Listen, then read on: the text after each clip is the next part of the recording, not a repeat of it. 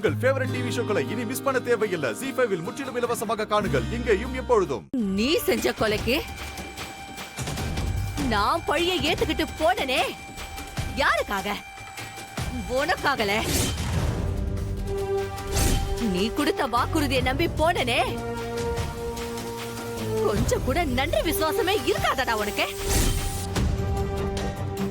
நீ எல்லாம் மனுஷனா இல்ல வேற எதுவுமாடா? இந்த அம்மா ஜெயிலுக்கு போச்சா? அதுவும் மாமாக்காகவா? என்னது இது? ஒண்ணுமே புரியலையே.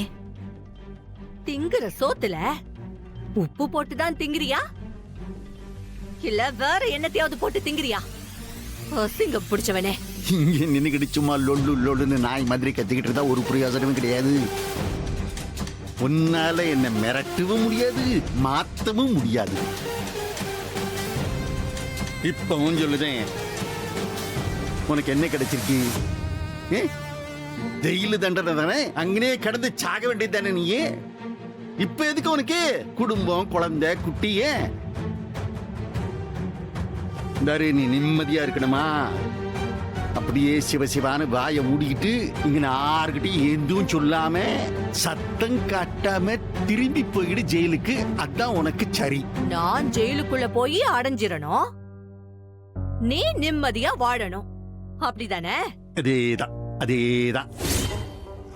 பேசாம பஸ்ஸ பிடிச்சி திரும்பி நீ அப்படியே ஜெயிலுக்கு போயிட்டேன்னு வையி, நான் உன் குடும்பத்தை வாழ வைக்கேன். உன் மவ எசக்கிய ஏ மக முத்துப்பாண்டியோட நல்லா வாழ வைக்கேன். என்ன சொல்லுத?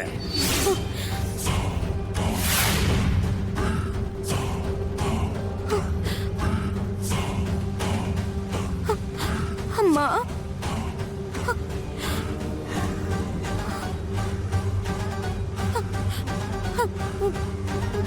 உன்னோட மகன் எசக்கியா? நான் அவங்க மகளா? அப்பா அப்பா எங்க அம்மையா? என் குடும்பத்தை நீ வாழ வைப்ப.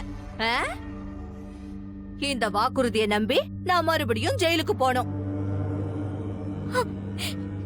எப்படிடா? எப்படி? வெக்க மானமே இல்லாம மறுபடியும் இந்த மாதிரி பேசுறதுக்கு உனக்கு எப்படிடா மனசு வருது? இதே வார்த்தையை நீ சொல்லிதானே என்னைய 20 வருஷத்துக்கு முன்னாடி நீ ஜெயிலுக்கு அனுப்பின.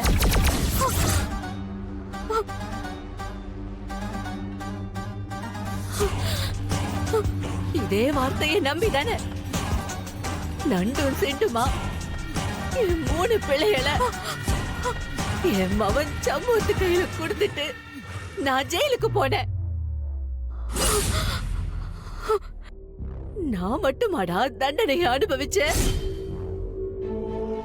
மொத்த குடும்பமும் அனுபவிச்சுச்சே. ZEE5 ஆப்பை டவுன்லோட் செய்து அனைத்து எபிசோடுகளையும் இலவசமாக பாருங்க.